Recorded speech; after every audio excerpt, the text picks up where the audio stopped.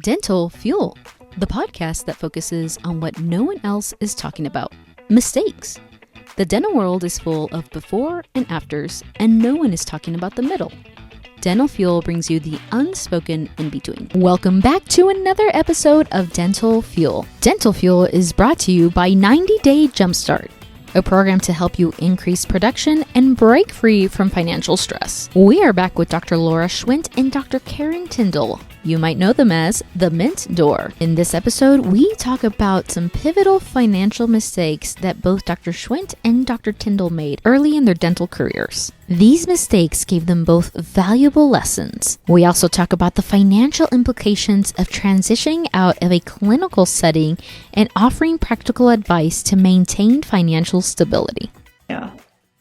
Well, moving on to our next mistake, I would love to know a financial mistake that you all have made. And, if it's dental related, that would be great. If it's more towards the mentor and maybe some things that you've learned in transitioning from not being in a clinical practice, I would love to learn that as well, too. But Laura, I'll send it to you first this time.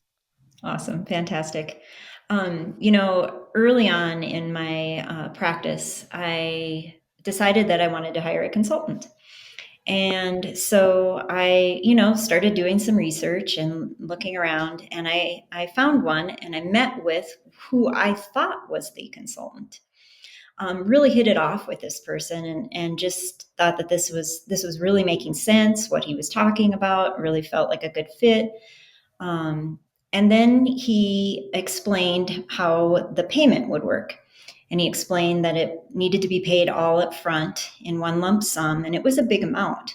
And he knew that because it was a big amount, that he had an option that we could take out a loan to do this. And at that moment, I had that kind of funny feeling in your tummy where you go, I'm not sure if this is resonating anymore with me. But I really liked him, and I really liked what he was presenting. And I thought this could be a good move for our practice and take it to the next level. Well, anyway, long story short, it ended up being that he was a closer for a program. He wasn't who I was going to be working with. And I ended up getting into a situation where it's sort of like a cookie cutter approach, where you do things their way. It doesn't, they don't really pay attention to the nuances of your personal practice. And it wasn't that it wasn't successful for my practice, but it left me feeling a little like I hadn't been true to my values. And we all know that when we're not true to our values, things don't feel as easy. Things don't feel as coherent as they could. And so that taught me a lesson, that funny little feeling is something telling you that you're moving away from a value that's important to you.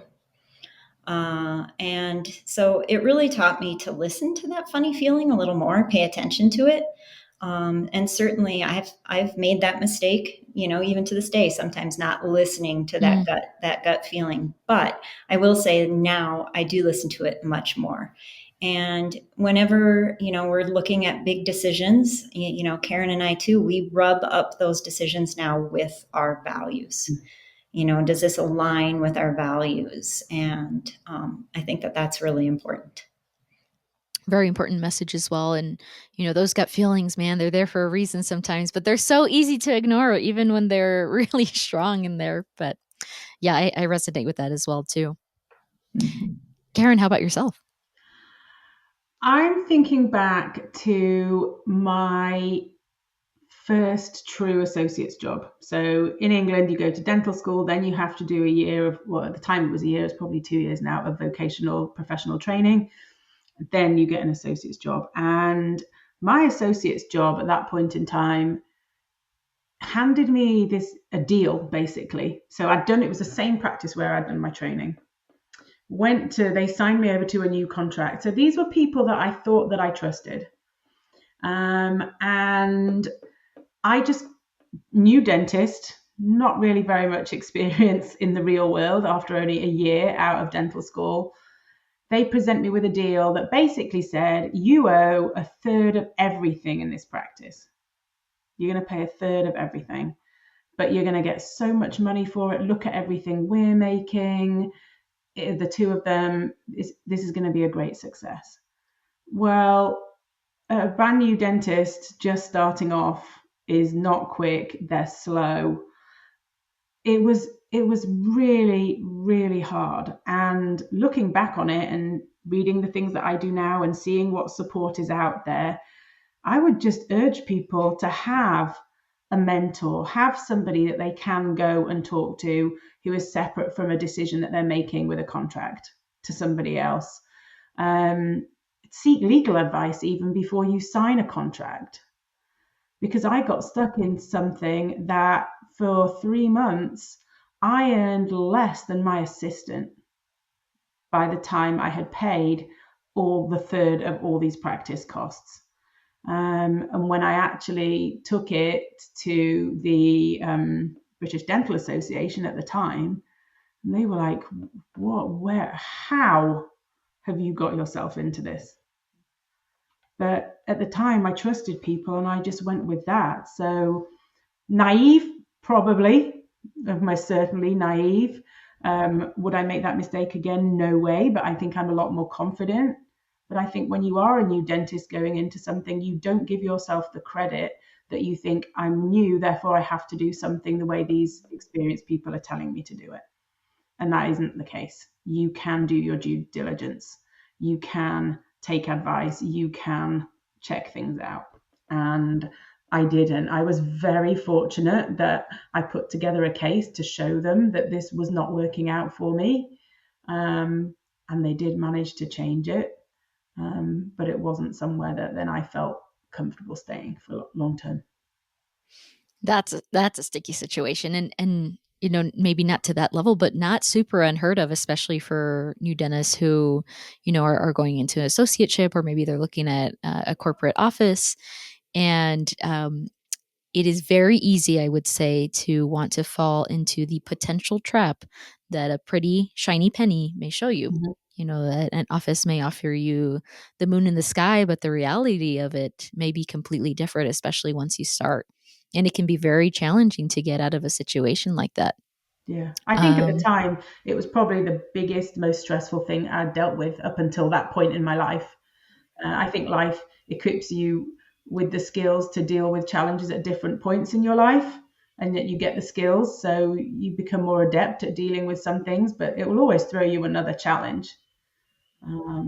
But yeah, at that point in time, I did not have the skills to deal with that in a very capable way.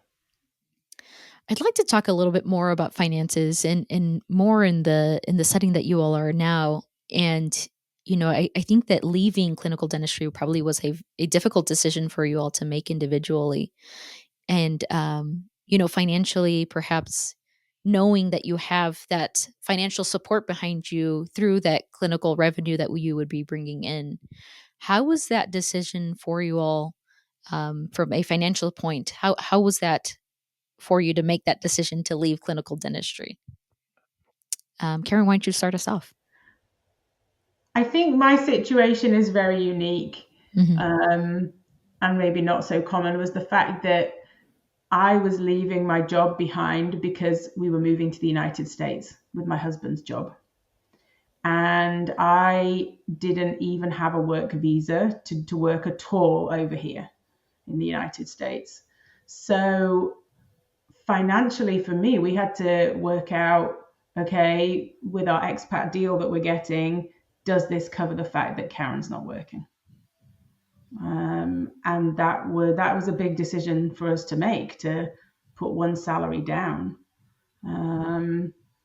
But it's hard to turn your back on something you've done that's provided you with a good income. Mm-hmm.